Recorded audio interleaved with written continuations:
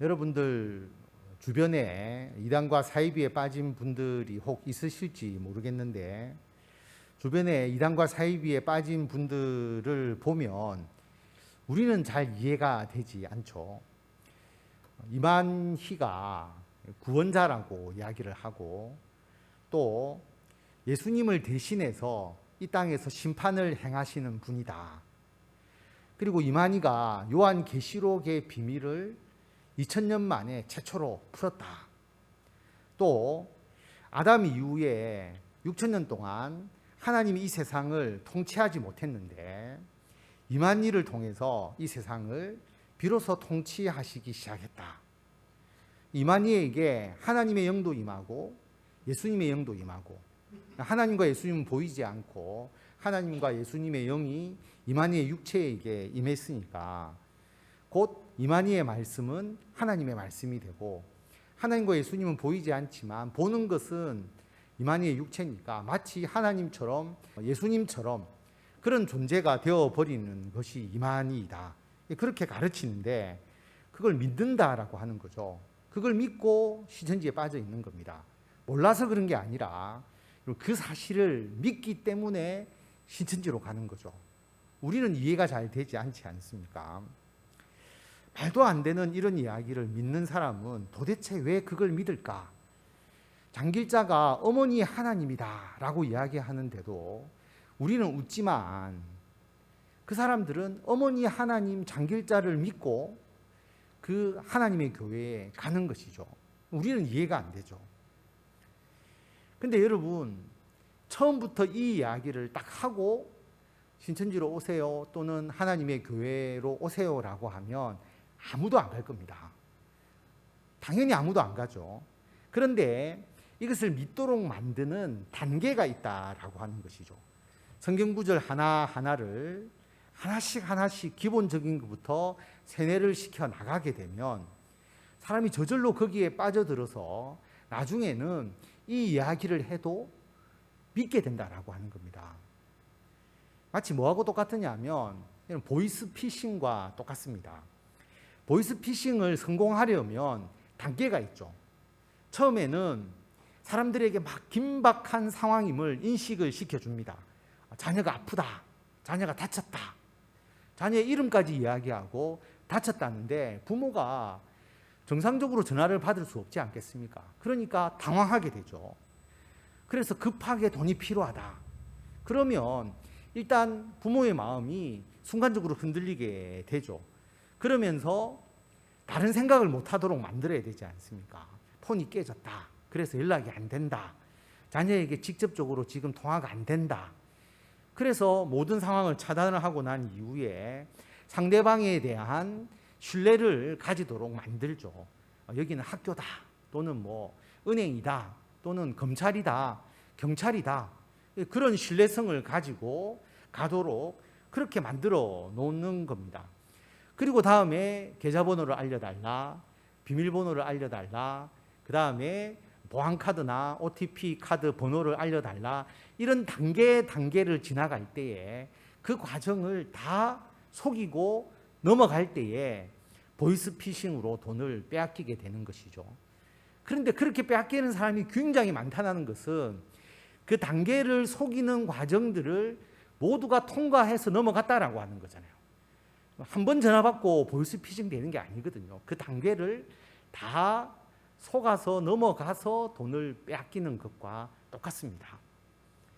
이단과 사이비도 그 기초부터 그 단계를 차근차근 밟아 나가니까 나중에는 장길자가 하나님의 어머니 하나님, 어머니 하나님, 우리가 믿는 하나님은 아버지 하나님이고 어머니 하나님이다. 그래도 그것을 믿게 되고, 이만희가 약속의 목자고 하나님과 예수님의 육체다. 보이지 않는 하나님과 예수님의 육체가 이만희다. 그렇게 해도 믿는 거죠. 그게 아니라 해도 절대적으로 믿고 거기서 나오지 않는 그런 상황까지 되어버렸다라고 하는 것입니다. 그래서 우리가 믿는 신앙의 기초를 다시 한번 점검하고 우리가 거기에 대해서 믿음을 확고하게 가지는 것이 사실은 필요합니다. 대표적으로 신천지의 경우에는 신천지가 가르치는 교리 중에서 기초가 되는 몇 가지가 있습니다. 기초가 되는 그 성경이 몇 가지가 있는데 이만희에 대한 얘기가 아니고요. 우리 성경에 대한 기초적인 내용을 먼저 가르치는 것 중에 하나가 뭐냐 하면 아담이 범죄하고 타락한 것은 우리가 잘 알지 않습니까? 물론 아담에 대해서도 우리가 아는 아담과 다른 아담을 이야기합니다. 우리는 하나님이 최초로 창조하신 사람을 아담이라고 하지만 통일교와 그리고 신천지는 그 아담을 하나님이 최초로 만드신 사람이라고 믿지 않아요. 통일교 교리를 그대로 뺏겨왔기 때문에 아담은 그 당시에 사람이 많았는데 하나님께서 목자로 특별히 택하신 자가 아담이다. 그렇게 가르치죠. 그것만 해도 우리가 당연히 이거 틀렸다라고 생각할 수 있는데 사람들이 그것을 잘 처음에는 캐치를 못합니다. 어쨌든 아담이 범죄한 건 맞잖아요. 아담이 범죄하고 난 이후에 하나님께서는 이 범죄한 이 세상을 떠나가셨다라고 그렇게 가르칩니다. 자, 하나님이 이 세상을 떠나가셨으니까 그럼 이 세상은 누가 지배하는 세상이 되느냐 하면 마귀가 지배하는 세상이 되었다. 그게 신천지의 핵심적인 가르침이죠. 여러분 이게 틀리면 신천지 교리는 다 틀립니다. 그럼 잘 생각해 보시면 정말 아담 이후로 이 세상은 하나님이 다스리지 않는 사탄이 지배하는 세상이 되었을까? 제가 뭐 성경 구절로 이 부분을 얼마든지 이야기할 수 있지만 오늘은 이 내용을 이야기할 게 아니기 때문에 여러분 가만히 생각해 보면 말도 안 되는 이야기라는 것을 알 수가 있잖아요. 아브라함 때에 하나님께서 직접 아브라함에게 나타나셔서 약속하시고 하나님께서 그 역사를 이루어 나가는 거 우리 성경에 기록되어 있잖아요.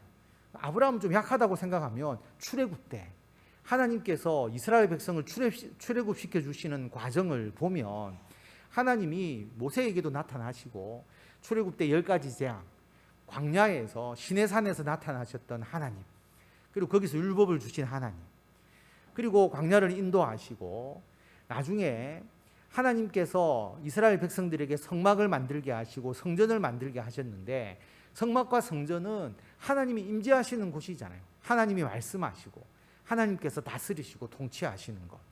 이스라엘 역사가 전부 하나님의 통치인데 어떻게 하나님이 아담 이후로 이 세상을 다스리지 않고 사탄이 지배하는 세상이 되었다. 하나님이 떠나가셨다.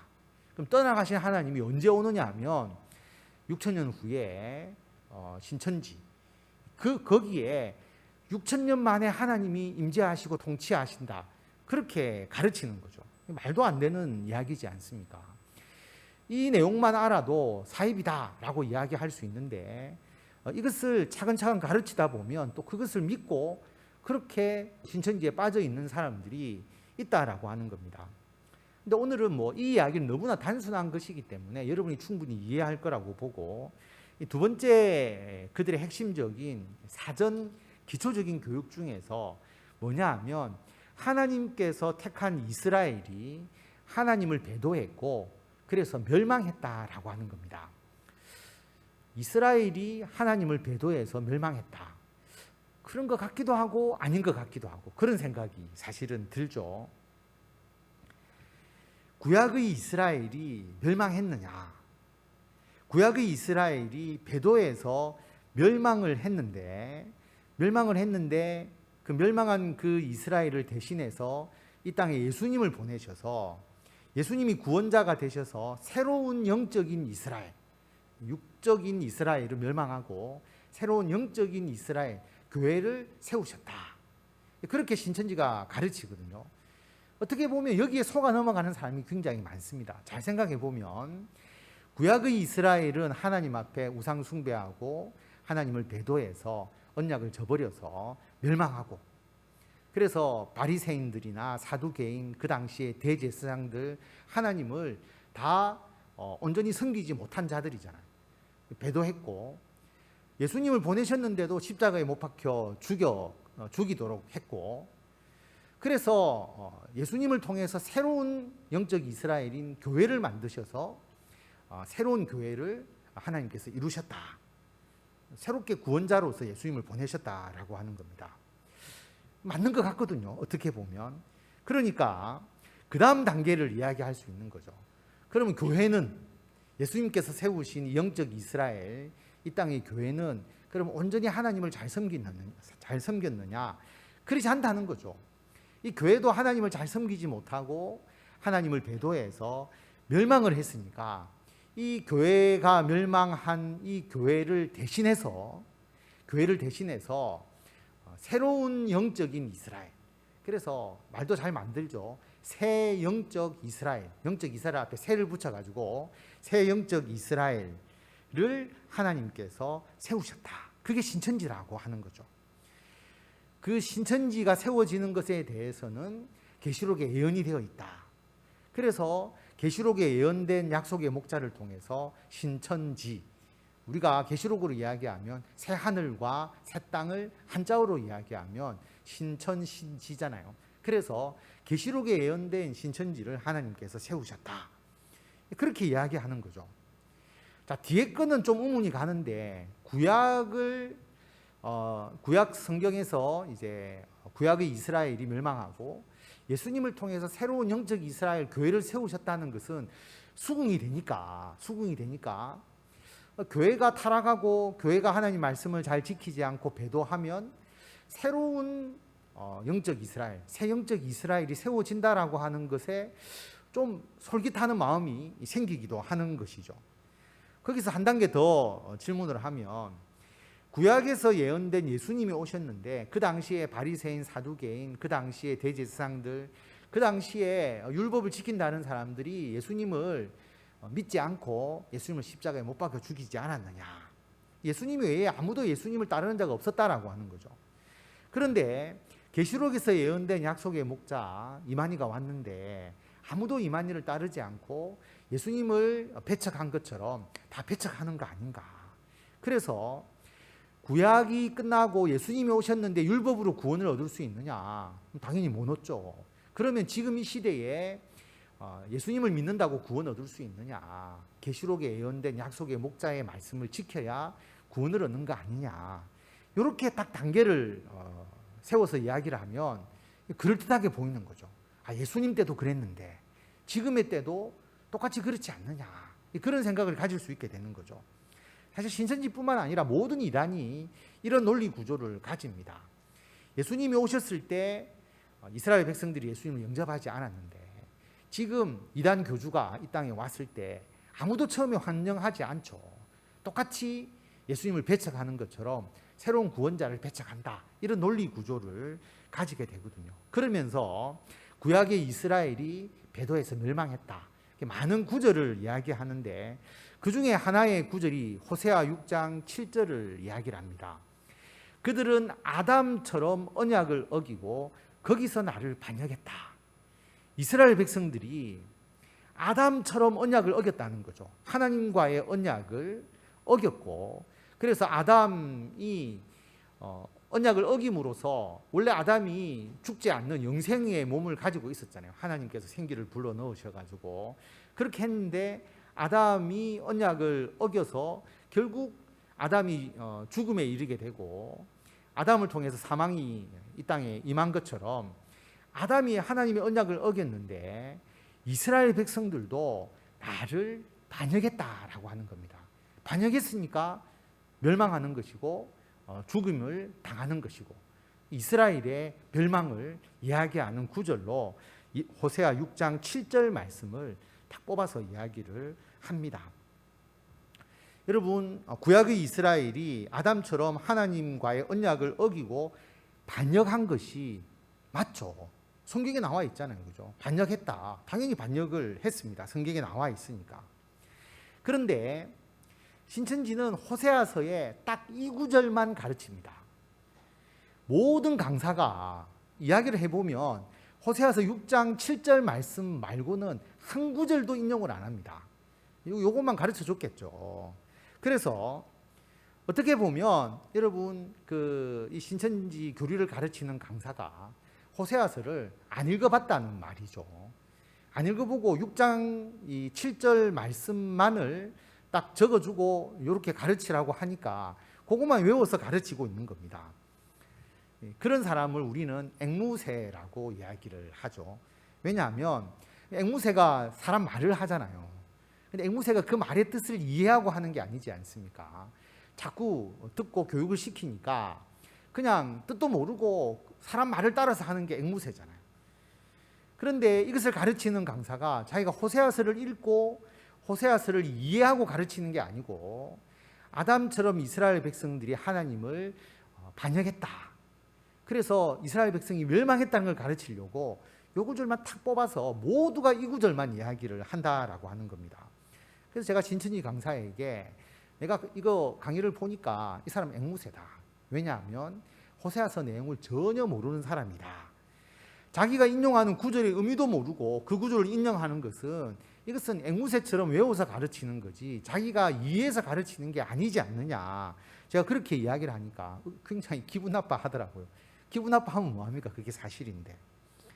자, 우리가 호세아서를 보면서 이 호세아서 6장 7절만을 탁 뽑아서 이스라엘 백성들이 아담처럼 언약을 어기고 하나님을 반역했다.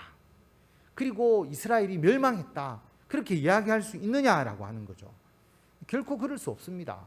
호세아서를 하나도 모르고 하는 이야기라고 하는 겁니다.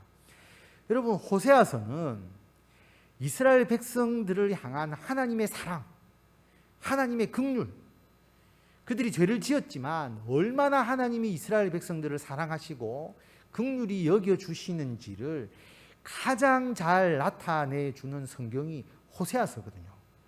호세아서에서 하나님의 사랑과 긍휼을 뺄 수가 없습니다. 너무나 큰 하나님의 사랑과 긍휼을 나타내는 게 호세아서인데 딱 호세아서 한 번 인용하는데 6장 7절을 인용하면서 이스라엘은 아담처럼 하나님과의 언약을 어기고 거기서 하나님을 반역했다. 멸망에 대한 이야기는 안 나오는데 그래서 멸망했다 이렇게 가르친다는 게 여러분 말도 안 되는 이야기죠. 그래서 오늘 우리가 호세아서의 말씀을 우리가 묵상하면서 다 묵상하면 좋겠지만 1장 앞부분하고 또 중요한 중간에 하나와 마지막 부분 결론적인 부분을 우리가 묵상하면서 하나님께서 이스라엘 백성들을 얼마만큼 사랑하셨느냐. 하나님이 이스라엘 백성을 사랑한 게 얼마나 중요하냐면 그 사랑이 지금 우리들에게도 임하는 거잖아요. 이스라엘을 사랑하신 대로 우리들도 사랑하시는 거거든요.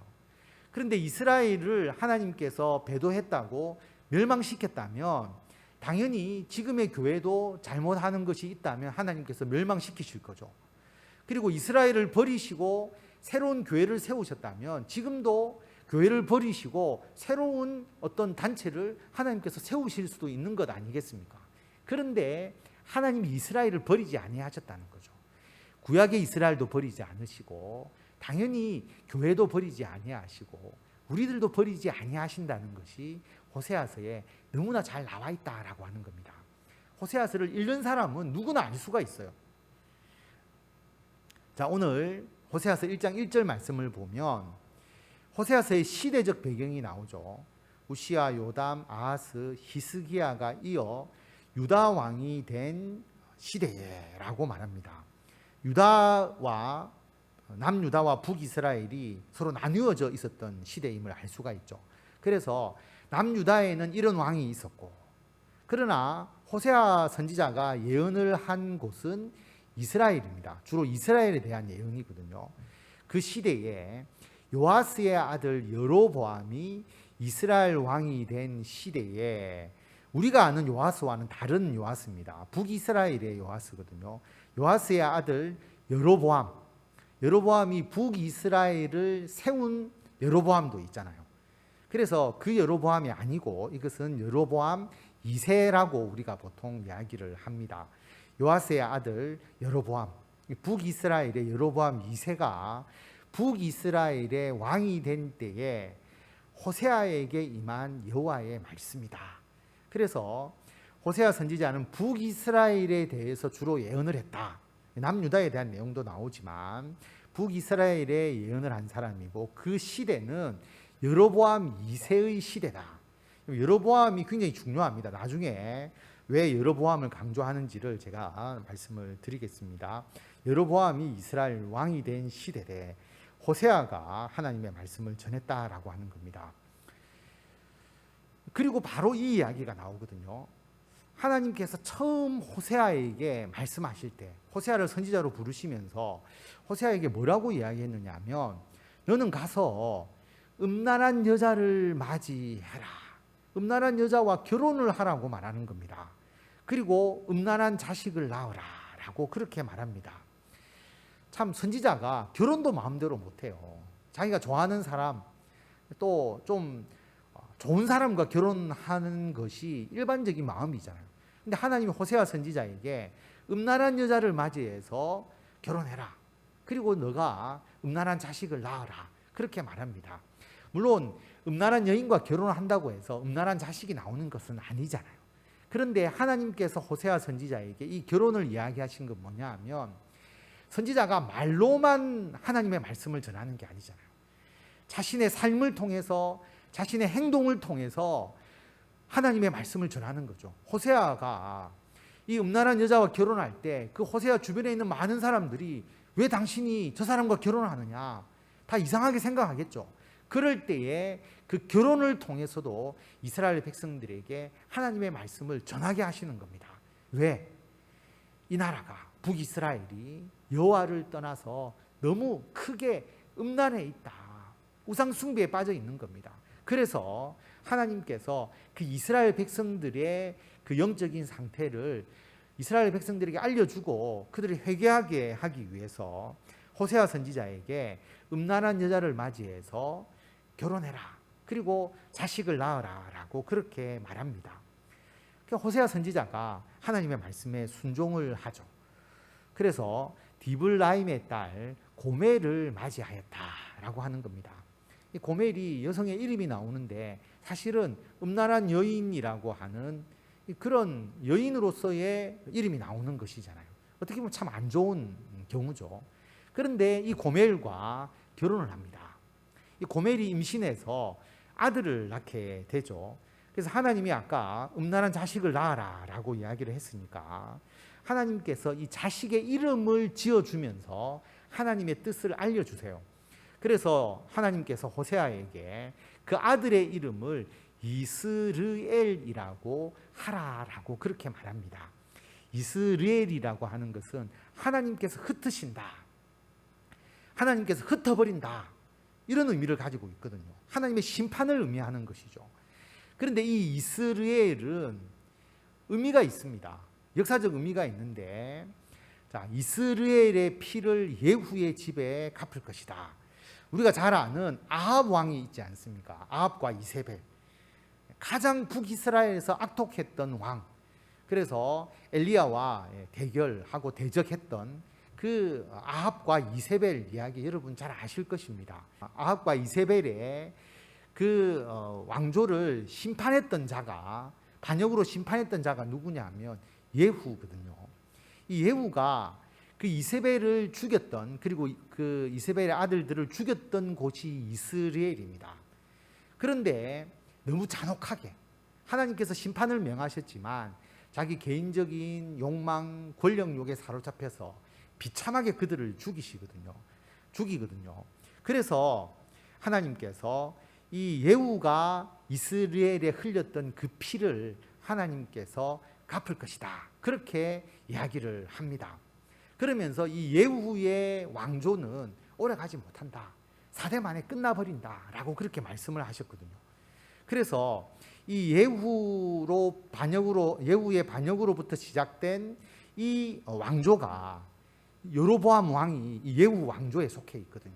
그래서 하나님께서 예후의 집에 갚겠다라고 하는 것은 이 북이스라엘의 예후 왕조가 끝나게 된다, 멸망하게 된다라고 하는 것을 말씀하고 있습니다.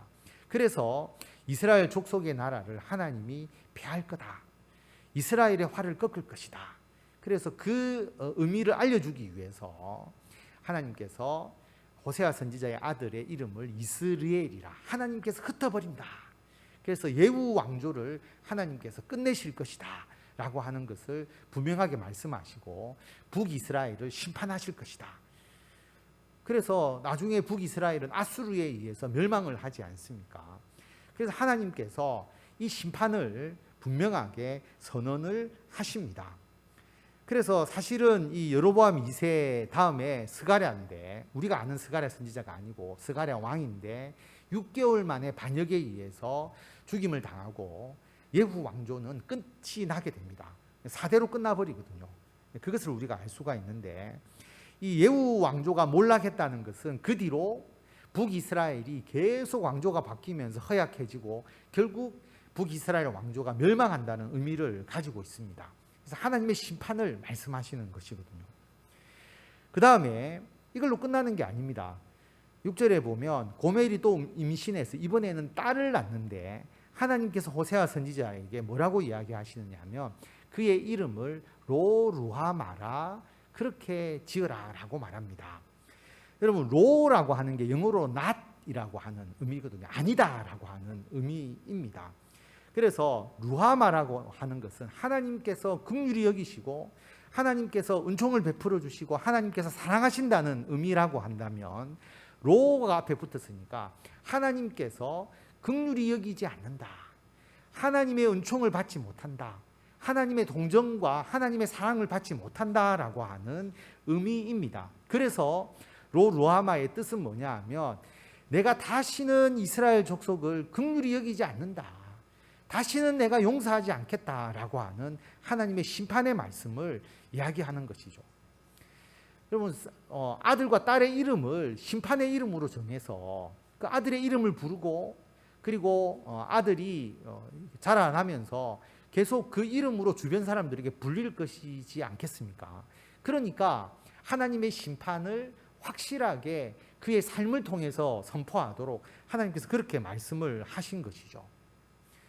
그러면 진짜 하나님께서 북이스라엘을 멸망시킴으로써 그 배도에 대해서 심판하신 거 아닌가 생각할 수 있는데, 7절에 보면 그러나 라고 되어 있죠. 북이스라엘은 하나님께서 심판을 하시지만 내가 유다 족속을, 남유다를 긍휼히 여겨서 하나님 여호와로 내가 구원하겠다, 남유다는 내가 구원해 주겠다. 어떤 군사력, 활이나 칼이나 전쟁이나 말과 마병이 아니라 하나님께서 그들을 구해 주시겠다라고 말씀합니다. 그래서 아수르의 침략 때도 기적적인 방법으로 아수르 군대를 하나님께서 멸하셔서 유다를 지켜주시고, 왜 이렇게 유다를 지켜주시느냐 하면 하나님께서 다윗과 언약을 맺으셨지 않습니까? 다윗을 통해서 그 이루어진 다윗 왕조를 영원하게 해주시겠다라고 다윗 왕과 언약을 하시고, 결국 다윗 왕조의 예수 그리스도가 오심으로써 영원한 다윗 왕조를 이루셨거든요. 하나님의 약속이잖아요. 그래서 유다는 멸망되지 않도록 내가 유다를 긍휼히 여겨서 하나님 여호와로 구원하겠다라고 그렇게 선언을 하십니다. 그리고 8절에 보면 루하마를 젖댄 후에 또 이번에 아들을 낳는데, 아들 낳고 딸 낳고 또 아들을 낳죠.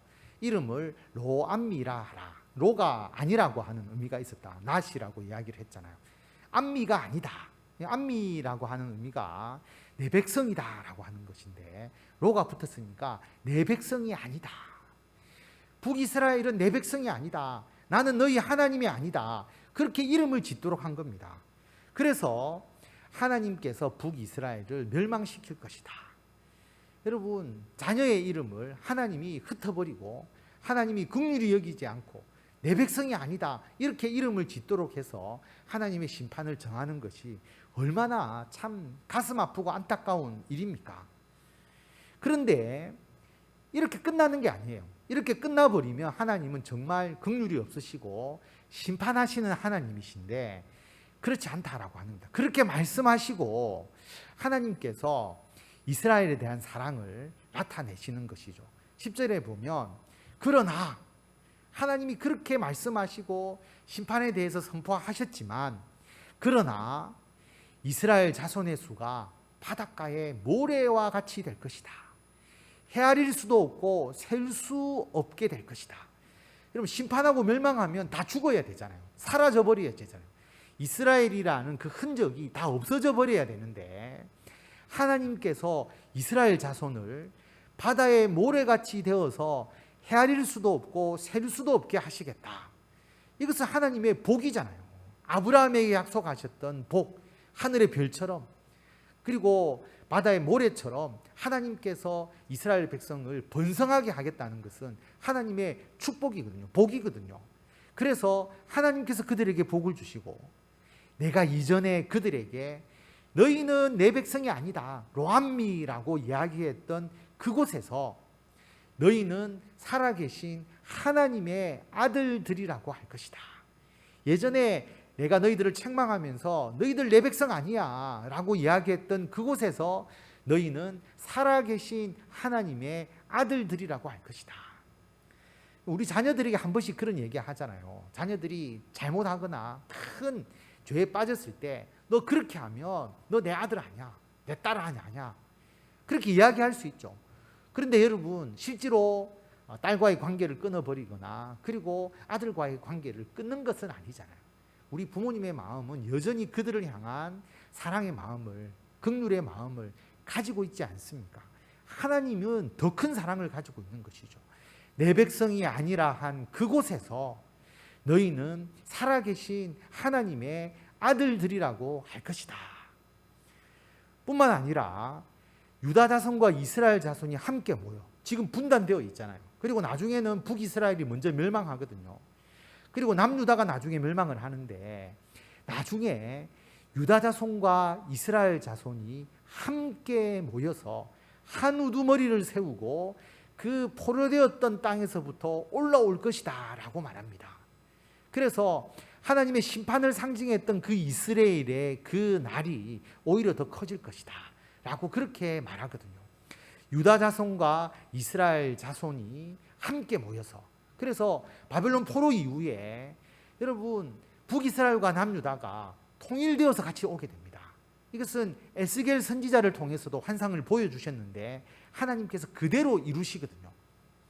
그래서 하나님께서 이스라엘과 유다를 함께 회복시켜 주시고, 그리고 오늘 2장 1절에 보면 너희 형제에게 암미라고 하겠다. 앞에서 로암미라고 이야기했는데 그 아들의 이름을 내 백성 아니다 라고 했는데 로자가 빠지거든요. 딸에게 로루아마다, 긍휼히 여기지 않겠다, 긍휼히 여김을 받지 못한 자, 그렇게 했는데 그 로가 다 빠집니다. 로암미가 아니라 암미, 형제들에게 너희가 나의 백성이다. 그리고 너희 자매에게, 딸에게 이름 붙였던 루아마가 아니라 루아마, 내가 긍휼히 여기는 자, 내가 사랑하는 자, 그렇게 이름을 바꾸면서 하나님의 사랑과 하나님의 용서와 하나님의 긍휼과 하나님의 자비를 나타내 주시는 것입니다. 여러분, 이스라엘이 완전해서 아니죠. 오직 하나님의 사랑과 은혜이다라고 하는 겁니다. 우리들도 마찬가지죠. 하나님의 사랑과 은혜에 의해서 우리가 하나님의 백성, 하나님의 사랑을 받는 자로서 살아가는 것이지 우리가 완전한 게 아니에요. 이스라엘 백성들도 완전하지 않았지만 이러한 은혜를 베풀어 주셨다라고 하는 것입니다. 호세아 3장 1절에 보면 이 더 큰 사랑이 나옵니다.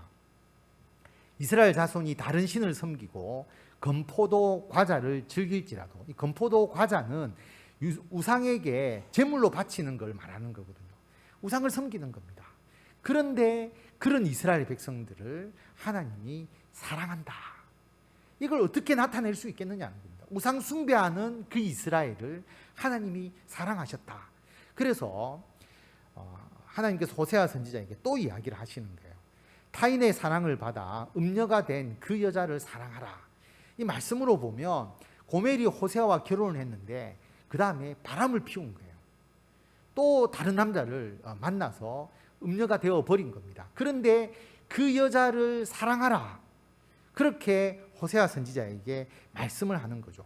호세아 선지자가 은 5개와 보리 한 호멜 반으로 다시 그 여인을 데리고 옵니다. 이건 뭐 결혼 지참금도 아니고요. 결혼을 이미 했기 때문에 그냥 돈을 주면서 생활비를 자기가 부담하면서 그 여인을 다시 데려오는 것이죠. 그러면서 뭐라고 말을 하느냐 하면, 많은 날 동안 나와 함께 지내자. 이제 음행하지 마라. 다른 남자 따르지 마라. 나도 너에게 그리하겠다라고 그렇게 말합니다.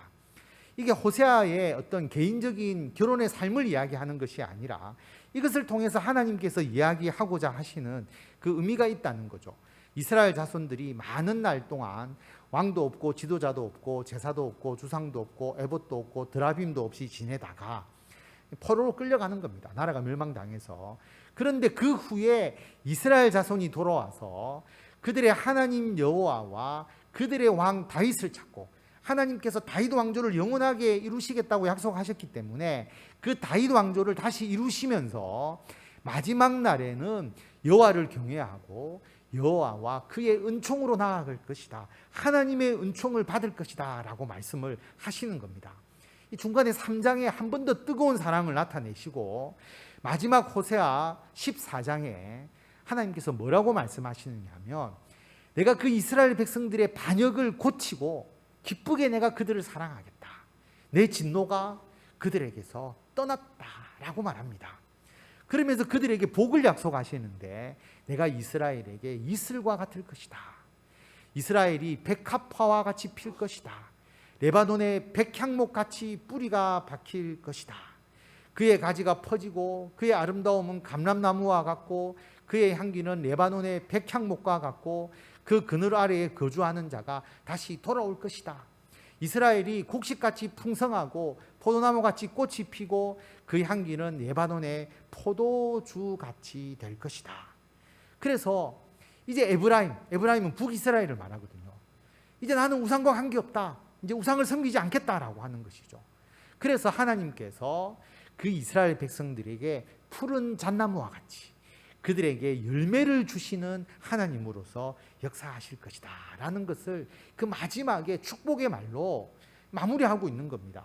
그래서 마지막에 뭐라고 되어 있느냐 하면, 누가 지혜가 있어서 하나님의 이 사랑과 이 자비를, 긍휼을 깨달을 수 있겠느냐, 누가 총명이 있어서 하나님의 이 사랑과 은혜와 자비와 긍휼을 알 수 있겠느냐. 하나님의 도는 정직하다, 의인은 그 길로 다니지만 죄인은 그 길에 걸려 넘어질 것이다.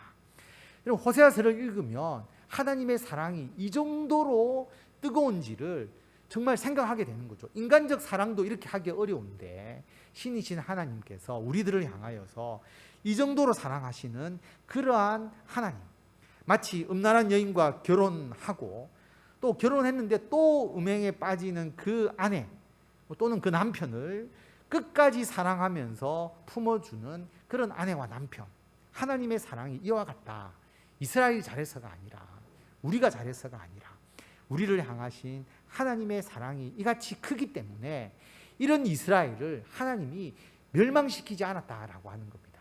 그래서 구약의 이스라엘이 멸망되어서 우리가 교회가 된 것이 아니고요, 구약의 이스라엘이 자라나서, 다시 말하면 구약 율법적인 이스라엘이라고 하는 것은 초등학생이라고 생각하면, 우리 교회는 초등학교 졸업하고 중고등학교 과정을 마치면서 대학생이 된 것과 같은 이 자라나는 과정이지, 멸망하고 여러분 다시 새로운 교회가 세워지는 것이 아니다라고 하는 겁니다.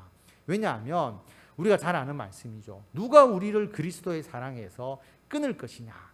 환난이나 공고나 박해나 기근이나 적신이나 위험이나 칼이나 어떤 것도 우리를 하나님의 사랑에서 끊을 수 없다라고 하는 겁니다. 이 모든 일에 우리를 사랑하시는 하나님으로 말미암아 이 모든 것을 넉넉하게 우리가 이길 수 있다라고 말합니다. 38절 39절 우리 다 같이 읽겠습니다.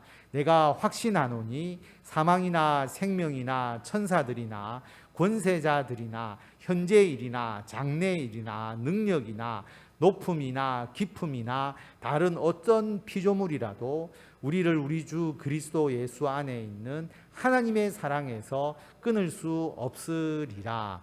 아멘. 그래서 우리가 하나님을 사랑하고 하나님을 찬양하고 하나님을 예배할 수밖에 없는 것이 우리들이죠. 근데 여러분, 이단과 사이비에는 이런 하나님의 은혜와 사랑이 없습니다. 교리상에도 없고요, 그들이 그 사랑을 실천할 수도 없어요. 그런데 우리들에게는 더 큰 사랑, 예수 그리스도의 십자가의 대속의 은혜라고 하는 이 사랑이 있고, 하나님의 사랑을 우리가 느끼면서 우리가 부족하고 연약해도 우리를 사랑하시는, 결코 우리의 관계를 끊지 아니하시는 하나님을 믿고 나아가고 하나님을 예배할 수 있는 것이죠. 이것이 하나님께서 우리들에게 보여주시는 구원의 역사다라고 하는 것을 기억하시고 오늘도 이 사랑 속에서 하나님의 사랑을 느끼면서 감사하면서 영광을 돌리시면서 살아가시는 저와 성도 여러분들이 다 되시기를 바랍니다.